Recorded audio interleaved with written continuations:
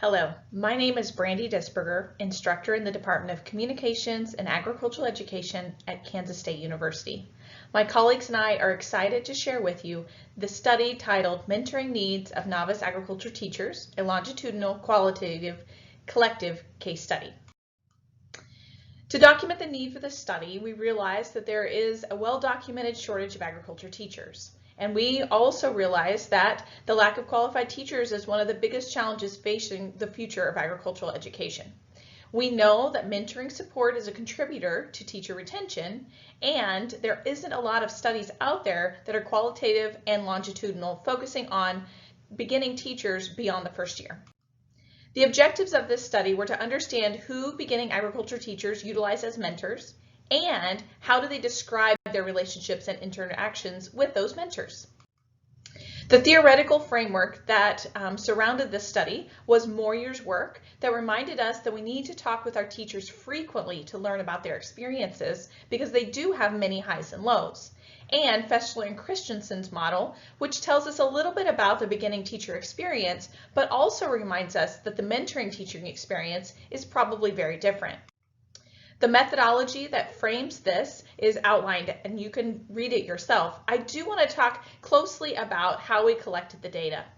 Each of these teachers got an on-site visit between the 6th and 8th week of their first year of teaching. During this on-site visit, I was able to see their facility, meet an administrator, watch them teach, and then conduct the first 30-minute semi-structured interview. Every month during the academic year for the next 3 years, we continue these interviews via phone. Triangulation was ensured by doing group Zoom meetings that were focus group in nature at the end of each academic year. The results of the study, starting with demographics. We started with 8 teachers. That went to 7 for the second year because one of the teachers remained in the profession but left the study. And finally, in the third year, we had 1 teacher that left between years 2 and 3 so that they could engage with production agriculture. All of the participants were white. They were in their early 20s and were traditionally certified.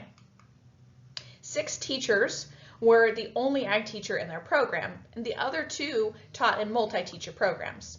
1 participant went to their hometown, and another participant did not have high school agricultural education experience. Finally, they taught in 11 different communities, if you count the communities they started teaching in and those that made transitions during their first 3 years. Of these communities, 2 were considered urban clusters, and the rest were rural, according to USDA definition. The first theme we found was their use of formally assigned school-based mentors. This wasn't a surprise to us in Kansas because this is a requirement for them to move to a professional teaching license. However, who they had as mentors was very interesting, and you can read the list in front of you. There was positive and not as positive experiences that they had with formally assigned mentors. Examples of positive experiences were Sophia and Claire, who talked about how they helped them work with relationships with students or faculty within the school and learn the processes of the school.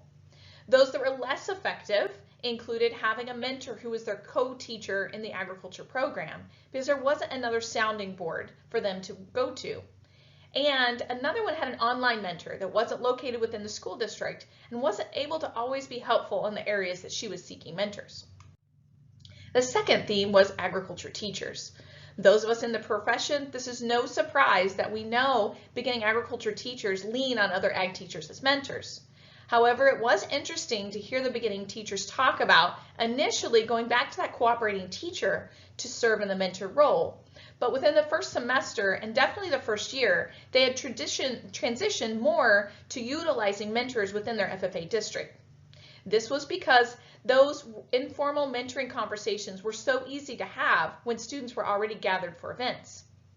This group of teachers also found that mentoring happened very naturally when they gathered at agricultural education professional development.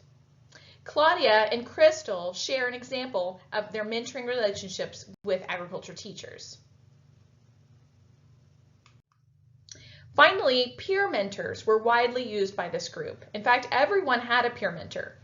It was notable that 6 of the 8 teachers actually had a very specific peer within this group who they talked with more regularly, and both sides of that pair talked about having that peer mentorship relationship. This group also utilized group electronic chat to talk with one another amongst the entire graduating cohort. It was interesting that peer mentoring looked and sounded very different than the other types of mentoring. It was more of an exchange of ideas and resources rather than one person getting and the other one giving. Take a look at how they described their peer mentoring experiences.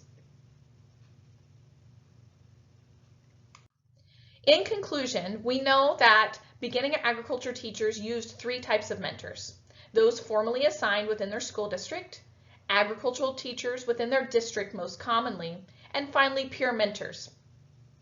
As far as what they used the mentors for, it was different for each of the three categories. Formally assigned mentors were more commonly used within the school to learn policies, procedures, how to work with students and other people in the school district. The ag teacher mentor was used on how to prepare students for events and how to teach the agriculture content. And finally, peer mentors, they exchanged resources and ideas. The recommendations include recognizing that beginning teachers need multiple mentors. One of those mentors we found should be a formal mentor in nature and lead some reflection activities.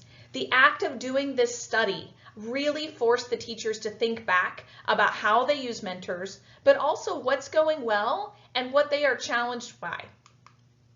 Careful consideration should go into these mentoring matches. Many of you are involved in helping with novice teacher programs, and who the mentors are make a really big impact in their beginning teachers. Finally, we need to promote peer and mentor interactions and do future research on a more diverse population of teachers who are not traditionally certified. I'm excited to talk with you more about this study.